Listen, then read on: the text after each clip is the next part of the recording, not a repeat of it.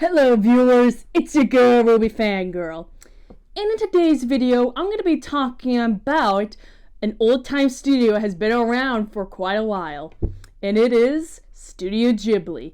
For those who don't know, Studio Ghibli is a company that makes very good animes and stuff like that. And I decided, hey, why not talk about one of the movies? Because nowadays I like them, because as an adult, I understand the messages a lot more better. And I put a post out, you guys made a decision, and for the very first one, we're going to be talking about Princess Mononoke. So as a clear thing, or what I'm saying is, even though I'm not really a massive fan of this movie, but it is really damn good. Of the message and what it's trying to tell everyone.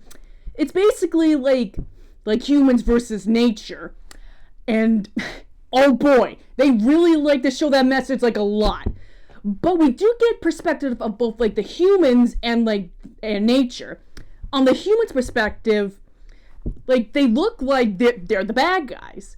But in reality, they aren't. More specifically, one village that relies on the coals, nature, to build up the weapons and stuff like that. They're all really nice people. They're just doing this just because, well, they have to. And the main villain of this story, she's actually not that bad. She's not evil. She's just doing whatever she can to help her, basically to help her own village. Well, I mean, I do get that. And on the nature side, you would expect them to be the good guys. But they really aren't either. They're just, because they're finding what they think is right by basically attacking the humans. But we know from their perspective, they're just doing this to survive. While nature, they're trying to do what they can to survive by attacking the humans. Because they're destroying nature and stuff like that. So, yeah.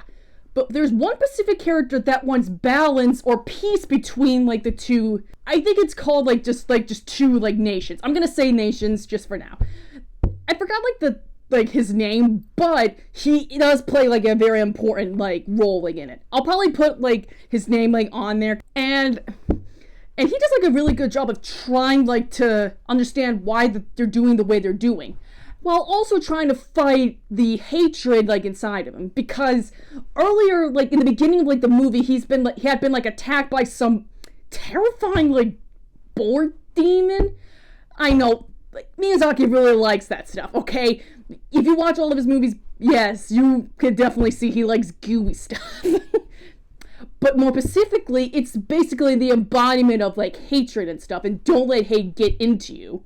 Even though they're kind of up and down with that, because there are times that he uses that power to stop fights from happening. So yeah, it's kind of weird with that part of the messaging, but at least they're trying to tell us that don't let hatred take over you and stuff like that. So yeah, and we get to the one of the other characters from the nature side is Princess Mononoke himself. And despite that her name is literally in the title and she's literally everywhere, she's not really a main character. So definitely false advertisement there, but whatever. And she's interesting. All that we really know about her is that humans just didn't give a crap about her, or parents didn't give a crap about her. So basically wolves raised her to be a wolf, even though that she appears human. So, even though that's kind of weird, but hey, you do what you have to do to, survive. And they try to put a romance between the two main characters, and I'm why? Because in both the Japanese and the English dub, there's one line that stays, because when he saved her, got Princess Mononoke out of there, she wanted to kill him for being a human. And what does he say? You're beautiful. And of course that creeped her out. I mean, who says that?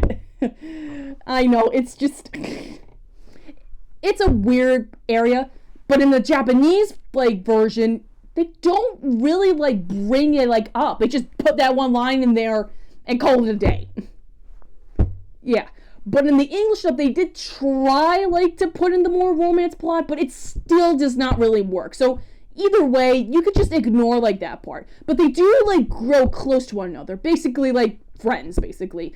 And by the end of like the movie, even though there's peace between them, they go their separate ways. Unlike, like what we would normally expect, like for them to get together.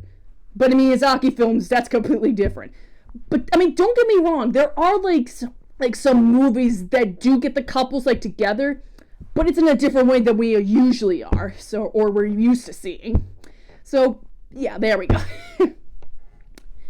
And there's like lots of creativity, not just like the messaging that's great. Like, oh my god, the visuals of like the spirits and the creepy like there's like a creepy like god who has like a face on. I'm like, stay away from me, please.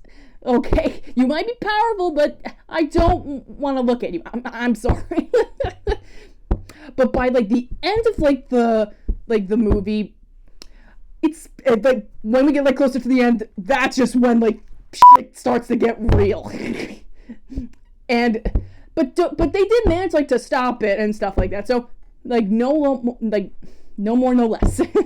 And that's basically my personal take like on Princess Mononoke. I think it's a very good movie, but probably like in the top 10. It's not like my number one favorite. I have like many favorite ones. If I had like to put like Princess Mononoke here, I would put it around like 6 or 10, like somewhere around there, because it's not really what I think about when it comes to like Studio Ghibli. So just take that as you will. But I'd like to know from you guys, what do you guys think of like this movie? Did you see it? If you did, like, do you like it or hate it? And I will see you guys in the next video.